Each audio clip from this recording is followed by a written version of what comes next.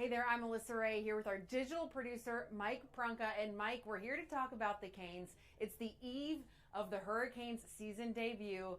What are you most excited for? Yeah, we are about 2 hours, not even, from the first games of the NHL season starting here with Pittsburgh and Philly. But Canes start tomorrow, and I'm really looking forward to seeing what they do this season. I have some pretty high expectations for this team. Yeah, obviously a lot different season. We're going to have 56 games instead of the standard 82. How's that going to affect things? Well, for one, you're going to be seeing a lot of the same teams because they're playing in a division of 8 teams. You're going to be playing the same 7 teams 8 times and a lot of back-to-backs against the same team. So I think there's a possibility that some pretty intense rivalries are going to develop, even if a lot of these teams in the Central Division aren't very chippy with the Hurricanes. You're not going to be facing Washington. You're not going to be seeing Boston or Philly. I know some of those games get chippy. But, Nashville, those games have gotten ugly before. I can see Columbus, another Metropolitan Division opponent. I think that these games can be pretty interesting. And there was a shakeup with the divisions, which you broke down eloquently on our website. If you haven't checked it out, cbs17.com, go to the Hurricanes tab. What was the biggest thing? Obviously, this is for COVID-19 protocols. They want teams in each region playing each other, but it really changed up the landscape of their schedule. Right. I think the biggest thing is, like I said before, the Canes are going to be seeing a lot of teams that they traditionally don't see all that often. You got Chicago and Dallas for two Western Conference teams that the Canes are used to only playing twice a year, once at home, once on the road. These are teams that are going to be playing 8 times in the next 3-4 months. Yeah, and a lot of mini series, which is odd. I think I read 10 in the schedule of mini series. So they have Detroit tomorrow, Detroit on Saturday. Seems like less traveling. You're kind of posted up and you play a team back to back. Right, and the condensed schedule is going to be a difficult thing, not just for the Canes, but for any team to overcome. But at least the scheduling did work out in the way that you're going to be, for example, with the Detroit to start off the season, you're going to be playing them twice on the road. So it's not like you have to go to Detroit 8 times in the next 4 or 5 months. You're going to be going there, 3 or 4 times? Yeah. Or if that, no, I think Detroit comes here twice and they go to Detroit twice. They flip-flop. But yeah, I mean, there's less traveling in between because you're still in Detroit. You just play them. It's going to be interesting as far as the coaching between games because it's not like you face them later in the season. The personnel has changed. I mean, we're just talking 2 nights from the first game. So it's going to be interesting how they switch things up. These video coaches are going to be making their money. Yes. And they're going to not be getting a lot of sleep in these mini-series.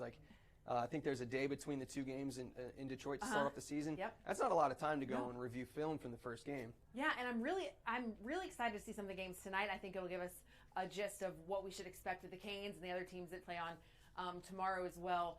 But no exhibition games. We have no scrimmages. They had one inter-squad scrimmage. It was a red-white scrimmage on Monday, but you're not trying to block shots. You're not bodying up on people. I mean, You're not totally playing a full roster of NHL players on the other side. Exactly. So we talked about it earlier. I think the beginning of the season, it's going to be a little sloppy, and I think the goalies are at a disadvantage here. I think it's going to take them a little longer to get back into the game pace. Yeah, it's like I think that's kind of the way it is every year. The defense generally takes a couple weeks to catch up to things, but like you said, that's going to just be exacerbated by the fact that there was no exhibition games beforehand, and really the training camp was pretty abbreviated in its own right.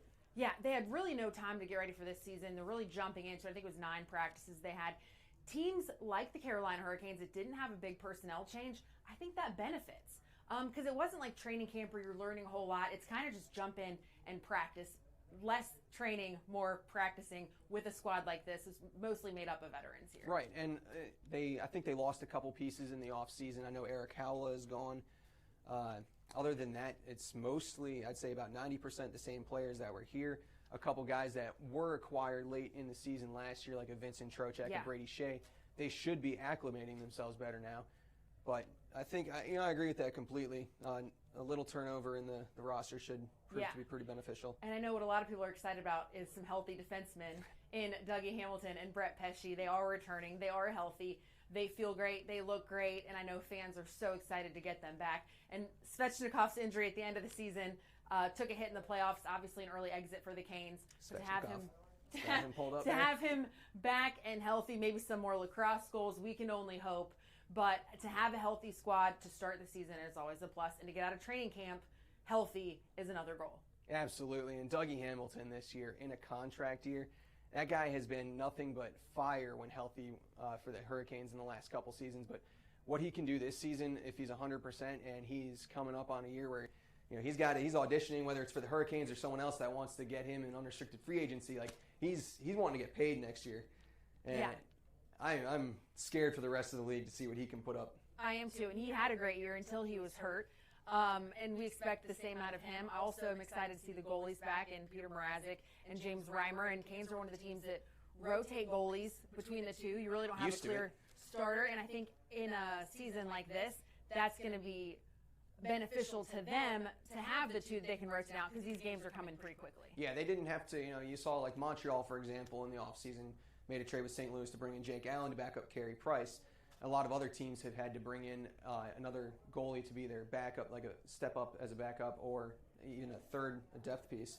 Carolina, like you said, they are used to James Reimer and Peter Mrazek kind of sharing the starting duties and competing with one another, so they'll be just fine in that regard. I have seen, the national hockey media that I listen to, they've been giving a lot of love to the Hurricanes the last couple weeks. Some of them have been forward in saying that they're a Stanley Cup favorite this year, but the goaltending has been the one knock that I've heard from some people up north in Toronto.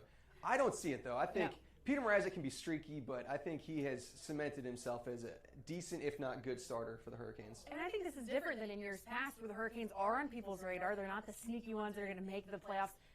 Playoffs are expected, and the players were talking this week, and they said that not only are playoffs expected, but the Stanley Cup is expected now. This isn't a rookie group that's like, we hope we make the playoffs. Like, no, they want to go to the playoffs. They want to go to the Stanley Cup. 2 back-to-back playoff appearances. This team is certainly one on people's radar, and I think they like that. And when you play for a guy like Rod Brindamore, it fires you up, and these players are fired up. And to that point, I think the division that they're playing in also kind of works into that making it as far as the Stanley Cup, in my opinion, is the expectation for this team this year. Most notably with the divisions, though, they're not going to be running into Boston for a while. I think it'll be the semifinal in the playoffs if they do see the Bruins. And that'd be the first time. Bruins, as everyone knows, knocked the Canes out in the semifinals 2 years ago and knocked the Canes out in the proper first round last year. Right. They've been a bit of an Achilles heel to the Hurricanes, but they won't have to worry about that for a while. And I think what's interesting with the schedule is you don't face some of those teams, which could be good and it could be bad. It could get you to the playoffs, but then you might face better competition. But I think with this division, they won't have to worry about that. They'll be tested early and often. And I think given this situation, they'll be prepared when they get to that point. And to that point, there's not really a division, any of these 4 that I'd say is a layup for any team in the league. Yeah. But the Hurricanes could have certainly got a worse draw when it comes to it. I think that this division, the way it shakes out, I think it's going to come down to the Canes and Tampa to see, obviously, Tampa, the reigning champions. They've got a pretty good hockey team, I'd say. Yeah. But so do the Hurricanes. Not a lot of turnover as far as I'm concerned. Not like I really delve into my Tampa sports a whole lot, but from what I understand, not a whole lot of turnover there. We expect them to be strong again. The big thing with them is they're without Nikita Kucherov, it looks like, for the whole regular season. But Tampa, they've never missed a beat offensively for the past decade, maybe. They're going to be just fine scoring goals. Yeah, and of course, the elephant in the room is how does COVID affect the season? Will it? And I know the players are doing everything they can to be safe. They're wearing masks. They're social distancing.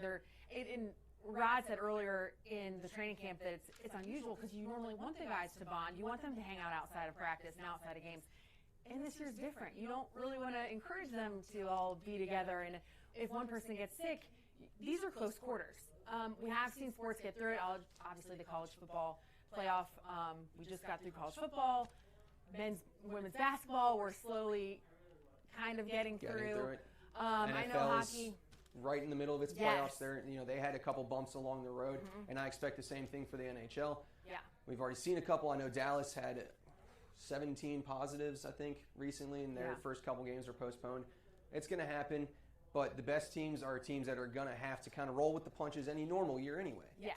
And the NHL is trying to be proactive. They have the taxi squad, which is new this year, and it's an extra group. It's from minimum 4 up to 6 players that will travel with the team. They're not in the lineup, but they're there if something happens, if someone's sick, COVID. Otherwise, they have to carry 3 goalies. We know that. Right. So it's interesting to see who they put on the taxi squad because do you want them to play in the AHL? Do you want to keep them on the taxi squad in case someone gets hurt? What kind of players are you keeping on that taxi squad? They announced their 5. It wasn't really a surprise. I should have wrote them down to tell you, but I know Jake Bean was Jake the big Bean's one. on there. We know that much. Young standout minor defenseman for the Hurricanes. I think he's about 22 years old, maybe. Yeah, I think you're close. A lot of them are young, and on that taxi squad, the question is, do you want them to play in the AHL and get experience, or do you want them to be in the taxi squad and ready to go when the NHL needs them if someone were to get hurt? So there's some decisions to make there that the coaching staff will have to also we weigh talked out. about that yesterday with Jake Bean specifically, and I think the point I made was I think Jake Bean has learned all that he can in the AHL. I don't think playing that regularly or not playing that regularly will be that much of a hitch in his development. Yeah. I think there is, however, a lot he can learn by being around the NHL environment, being at practice with these guys all the time. And he's going to get his reps in this season. He's not going to just be sitting on this taxi squad. He's going to play some games. Some of those guys would prefer to just play in the AHL, but some of them also might want to be with the team and want to be in that environment and want to practice with the big dogs and have the opportunity. Because we've seen what happened last year. This is hockey. This is a sport where people drop like flies, especially during a pandemic. You hope that doesn't happen, but if it does, those guys, it's a big opportunity to have their name called and step up and play on the biggest stage if that were to happen. Right. So do you want to get to some predictions before we wrap things up here? Well, you know that I'm going to give a homer response, living in Raleigh and covering when we did Carolina. predictions last time during the playoffs, that did not work out well for me. So. I don't even remember. What was it again? I picked the Rangers to win that series in 4. Yeah. That didn't go well. No. I expect big things out of the Canes. I think if everyone stays healthy, knock on wood here, they'll go far, and I think they will make a run in the playoffs. I think it was unfortunate last year. When you have Svetch go down. Right. And not only does it hurt on the ice, but also like morally you're like, Svetch. Also you miss Dougie Hamilton, Brett Pesce.